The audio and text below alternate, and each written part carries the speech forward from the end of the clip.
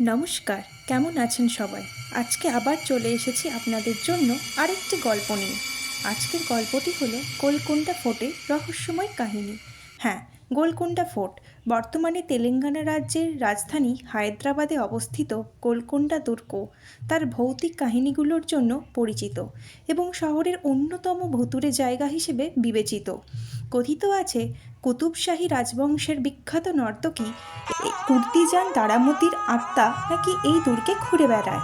কোনো স্থানীয় লোকের মুখে শোনা গেছে যে তাকে নাকি এখনও নাচতে গাইতে শুনেছেন।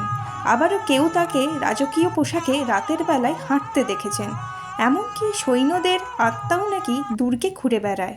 কেউ বলেছেন যে তারা দুর্গে চিৎকার এবং যন্ত্রণার কাতরানোর অদ্ভুত শব্দ শুনেছেন।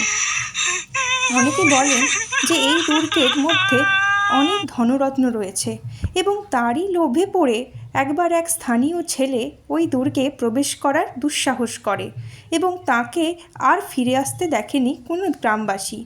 এছাড়াও একবার এক বরযাত্রী গোলকোন্ডা ফোর্টে ঘুরতে গিয়ে পুরো দলবল নিয়ে ওই ফোর্টের ভিতর প্রবেশ করে, কিন্তু কেউ আর ফিরে আসেনি।